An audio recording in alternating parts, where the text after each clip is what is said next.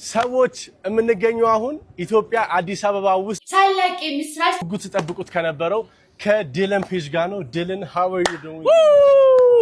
ተጠባቂ ዳይላን ፔጅ ከለንደን ወደ ኢትዮጵያ በሰላም ገብቷል። አየር መንገድ እጅግ ደስ የሚል አቀባበል ነበረ።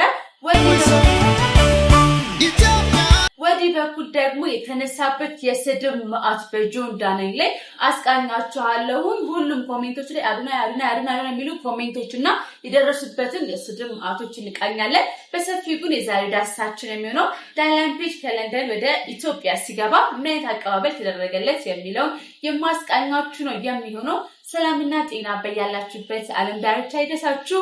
ሁልጊዜ ምን አሉ የሚባሉ መረጃዎችን እዚህ ቻናል ላይ ማግኘት ትችላላችሁ። ሰሞኑን ግን ዳይላን ፔጅ እስኪን ድረስ ደግሞ አድናይና ዳይላን ፔጅ በኢትዮጵያ የነበራቸው ሙሉ ቆይታ የሚኖራቸውን ቆይታ የማስቃኛችሁ ነው የሚሆነው። ምን አሉ የተባባለ እንግዲህ ስለዚህ ትኩስና ወቅታዊ ጉዳዮችን ለማግኘት የዩቲዩብ ቻናላችንን ሰብስክራይብ እና ላይክ በማድረግ ቆዩ። አድናይና ዳይላን ፔጅ There's only one man that can show me around. Let's go, bro. Let's go.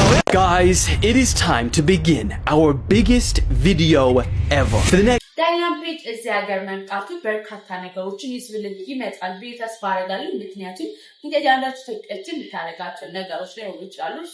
እነዚህ ነገሮች መንዷቸው እጅግ ይበል የሚያሰኝ ነው።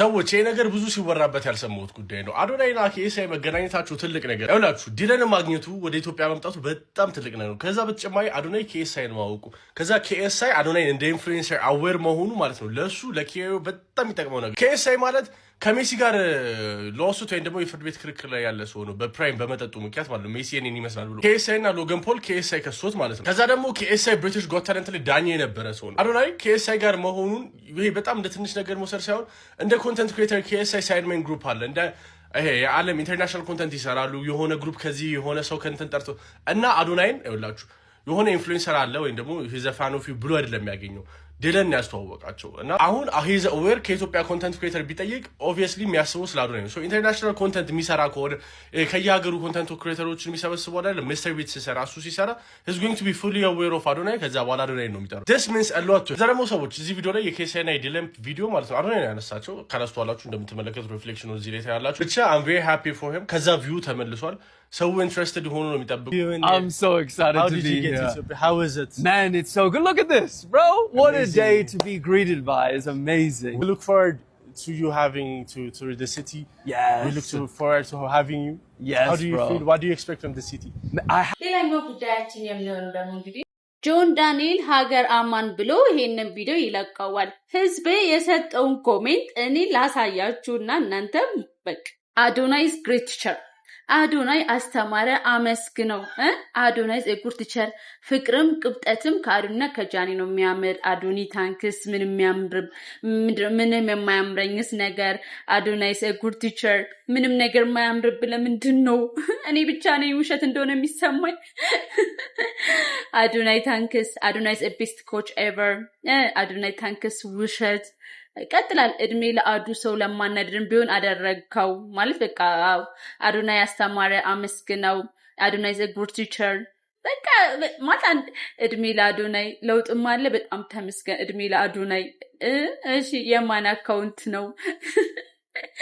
ናዩ is international beautiful ያው ስናንክድም ናዩ አታምርም ሳይላችሁ ማለት አንድ እንኳን ደስ ትላላችሁ ምናምን የሚል ነገር የለም እና ሙሉ ነገር አዶናይ አረረፉ በእግዚአብሔር ስማም። ቆይ እስቲ እንያ ጆን ዳንኤል እነዚህ ስድቦች በሙሉ ተስተናግደዋል ማለት ነው። ከናይ ጋር ወደ ትሪግ እንደሆነ ባይታወቅም ወደ ሌላ ሀገር እየሄዱ በነበረበት ሰዓት የተሰጡት ኮሜንቶች ናቸው።